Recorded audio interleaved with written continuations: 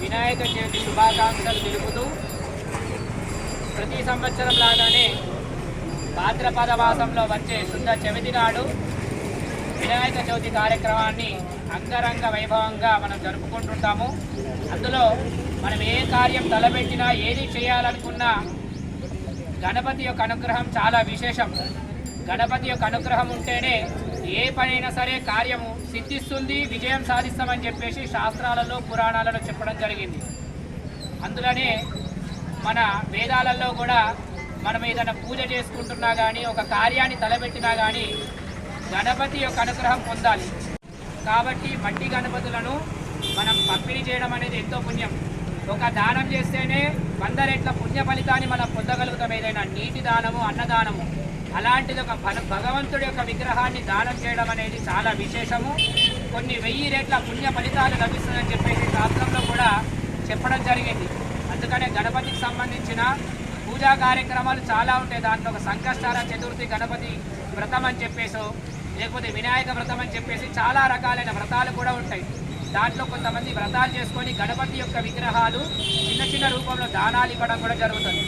అట్లా గణపతి యొక్క విగ్రహాన్ని మనం దానం చేయడం, ఈరోజు చవితి నాడున మనం ఇచ్చే దానాన్ని వాళ్ళు పూజ చేసుకొని భగవంతుడి యొక్క ఆరాధన చేయడం వల్ల మనకు కూడా దాంట్లో ఒక మంచి పుణ్య ఫలితం లభిస్తుంది.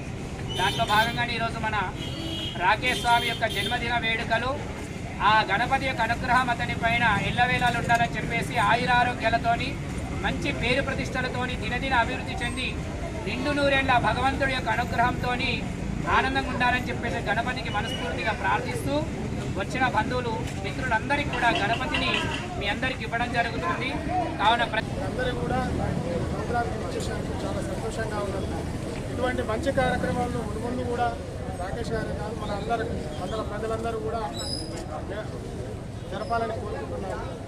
మనం చెప్తున్నాము చాలా వరకు పర్యావరణానికి మంచిగా కల్పించే విధంగా ఇటువంటి కార్యక్రమాలు ఉంటాయి. కాబట్టి ప్రజలందరూ కూడా పిఓపి గణపతులు కాకుండా మట్టి గణపతులనే ఉపయోగించాలని కోరుకుంటున్నాము. అందరూ కూడా ఈ నవరాత్రుల ఉత్సవాలలో అందరూ పాల్పంచుకొని మంచి ప్రశాంతమైన వాతావరణంలో పూజలో నిమగ్నం కావాలని కోరుకుంటున్నాము. మట్టి గణపతిని పూజిద్దాం, పర్యావరణాన్ని కాపాడుతున్నాం. జన్మదినాన్ని పురస్కరించుకొని ఇంతమంది అశేష జనాభాని రావడం చాలా సంతోషదాయకరం. అలాగే నా యొక్క జన్మదినం సందర్భంగా ప్రతి సంవత్సరం ఏదో ఒక బీద వల్ల కానీ పేద వాళ్ళకు కానీ ఏదో ఒక సాయం చేస్తూ వస్తున్నాము.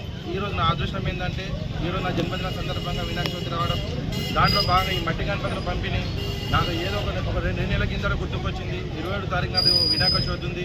మనం మట్టి గణపతులు పంపితే బాగుంటుంది. అందరు పిఓపి సంబంధించిన గణపతులు మూర్తులు తయారు చేస్తున్నారు.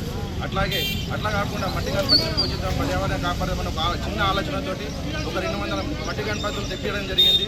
దానికి ప్రజలందరూ ప్రతి ఒక్కరు తన ఒక మాతామూర్తిని ఇంట్లో పెట్టి పూజించాల్సిందిగా మనస్ఫూర్తిగా కోరుకుంటూ ఈ అవకాశం ఇచ్చిన అందరికీ